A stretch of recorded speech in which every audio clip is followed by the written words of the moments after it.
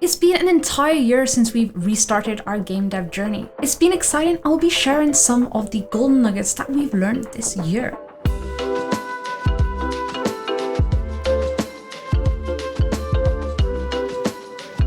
Hi, we're Snuti, a husband and wife game dev duo. I'm Christer. And I'm Claire. And on this channel, we talk about game development and we're sharing our journey as we go along. Oh yeah! In this video, we'll go through the games that we've made, the growth we've had, some analytics, and the lessons we've learned in this last year. Our first year actually started a bit more than 12 months ago, where we picked up some courses from gamedev TV. These were very well structured courses, which got us up to speed learning Unity and C# and ready to start making our own games. We highly recommend these courses. And if you'd like to support our channel, we're affiliated with gamedev TV, so you can use our link down below to get 80% off your first order and kickstart your own game dev journey. This first year, we've made 3 games. 3! Our first game was Mission Squeak, which was a 2-week game jam for my first game jam. It's a little stealth puzzle game about a chihuahua who's trying to infiltrate the Garden of Morinth to steal his pride and joy, the legendary squeaky toy of all squeaky toys, with unlimited squeakiness, just saying. Doing a game jam is a great way to get started and actually finish a game. For those just starting out in game dev, jams are a great way to experiment, and itch.io has a great overview of different game jams going on right now. Jam, jam, jam, jam, jam. Yeah, it's tasty. No strawberry jam though. No. The next game we worked on for a while was Carrots from Heaven, where we explored some combat mechanics and got familiar with more C# coding. In the game, you play as a rabbit who's trying to cure the world of evil possessed gorillas. I mean, it's purple gorillas, they have to be evil, right? This isn't 100% finished with only 1 level remaining, but at this point we decided to take a break to focus on our next little game, The Life of Mr. Pips. The Life of Mr. Pips, which we're currently working on, is a cute adventure game where you get to play as a little strawberry who's trying to find his place in life. It's going to be a Pipful rollout. Finally, we took part in Bracky's game jam with C and Nick, making Resale. The game got 26th place of over 1,800 entries. We made a video all about the epic jam week, which you can see here. All these games are quite different. We decided that we wanted to learn something new for each game that we made and something fresh. But just making games wasn't going to be our only sole focus this time. After trying to do game development in 2012 and failing hard, we decided to heavily focus on our marketing and social presence this time,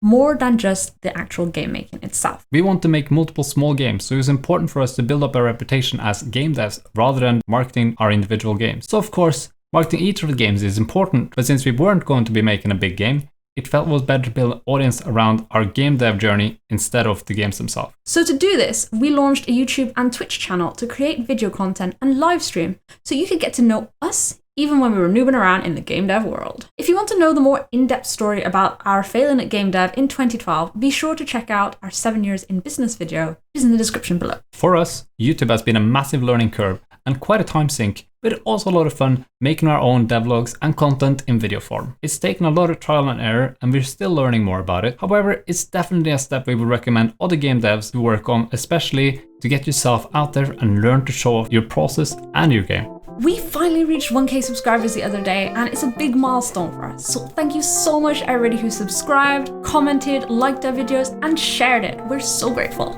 It's been awesome making content for you guys. Thank you so much. In growing our channel, one of our hit videos was our Unity toon shader, which helped really grow our channel. So we noticed that it helps have a good balance between some devlogs and some informative content so that your audience can learn from. One thing that had a big impact was sharing our educational content on Reddit, which drove a lot of traffic towards our channel. It's been a lot of exponential growth for us, even with a slow start. And we did have a period of 3 months where we couldn't make video content due to having to prioritize business clients. We've learned that when taking a break, it's important to inform your audience and also planning ahead as much as possible for it if you can. Finally, sharing your journey is a lot of fun for both yourself and for others. We still cringe at our first videos, but don't think about it and just get started. In July 2019, we also started our Twitch channel together with the My First Game Jam game entry Mission Squeak. It became so much fun for us to stream that we ended up continuing our game dev streaming on a weekly basis. We did experiment to find out how often we wanted to stream and found the sweet spot of streaming every Saturday morning. Since the start, we've grown a lot and being consistently there on Saturday really helped us to build up our audience. And good morning! Hello, Good guys! morning. Oh, Mike's in the way. No, Mike, no. go away! every Saturday. We have consistently had 25 viewers per stream and some regular subscribers. Thank you so much for subscribing and watching, everyone. We think that because we've been consistent, we made it possible to have this growth even if we stream only 1 to 3 hours per week. We'll actually be releasing a video soon all about Twitch and how you can get started with streaming game development, so stay tuned for that. We already had a Twitter from our 2012 game dev days, which started off with quite a few game dev followers and has steadily grown up to soon 1,300 followers the last year. We've learned a lot about what to do and how to improve our social presence on Twitter thanks to Blue Goo Games' awesome Twitter video, link in the description, and failing and learning along the way. Finding a good balance between our own content, others' content, and cute games has kind of been the sweet spot for us. Instagram has been kind of a flop for us, so we banned that quite early on. Maybe we'll go back to that eventually, but not for now at least. If you have any tips for Instagram and game dev, be sure to leave it in the comments down below. We also joined a game dev community at the end of 2019 with the 100 Days of Game Dev Challenge. Thanks to the Game Dev Friends Club, it's kept us on schedule with having a motivational and nice community, which really makes game dev a lot more interesting. If you're interested in joining this community, check out gamedevfriends.com. Link in the description. One other thing is that game jams are great for getting your feet warm. This is where game dev communities also really shine during these times, as they can help give feedback and motivate you. So what have we learned so far from our first year of game dev? That it's a slow journey of understanding that this is more than just a 2-month project. Yes, Mr. Pips, we're looking at you. Making games takes always way longer than you think, and especially if you let feature creep into the woodwork. We took plenty of time to reassess our game during the year to help us stay on track. Scope small, but remember that feature creep will happen. We learned that consistency and momentum is really important. Don't take long breaks from your game, be consistent and try to do a little bit every day or at least once a week. This keeps your momentum up even if it's going at a slower pace than you want. Stopping entirely makes it really hard to build momentum back up again, and sometimes you might end up hating your project instead. Marketing first! Yes, you heard me. Marketing first. We learned the hard way in 2012 when we didn't put marketing and social media presence first. And this year we've learned that is actually more important than making the game itself. Well, Mr. Pips is so darn cute, so I think maybe we struck a nice balance. And if you do streaming or video content, it has its own little bit of fun and excitement too.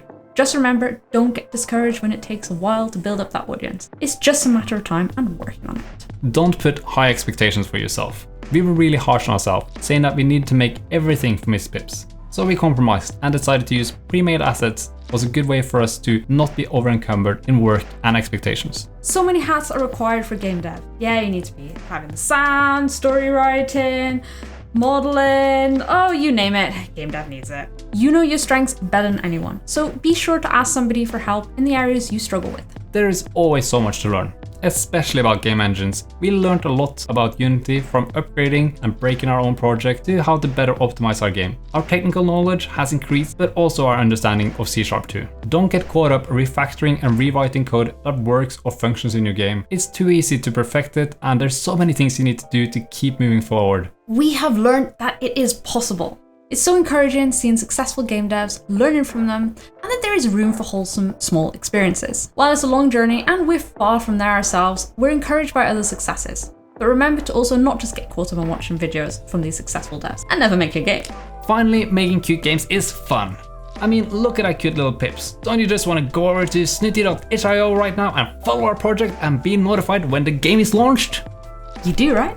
Yes. You know you do. If you're interested in being part of our small little Discord community, Snutyland, be sure to check out the link below in the description. It's a friendly community where you can talk about game dev, talk about games, just have a good time, and even use that little pip emoji, so be sure to join. Thank you so much for watching and hearing all about our journey in game dev this last year. If you like this video, you know what to do. Hit that like and subscribe, smash it if you like. And until next time, So soon. bye.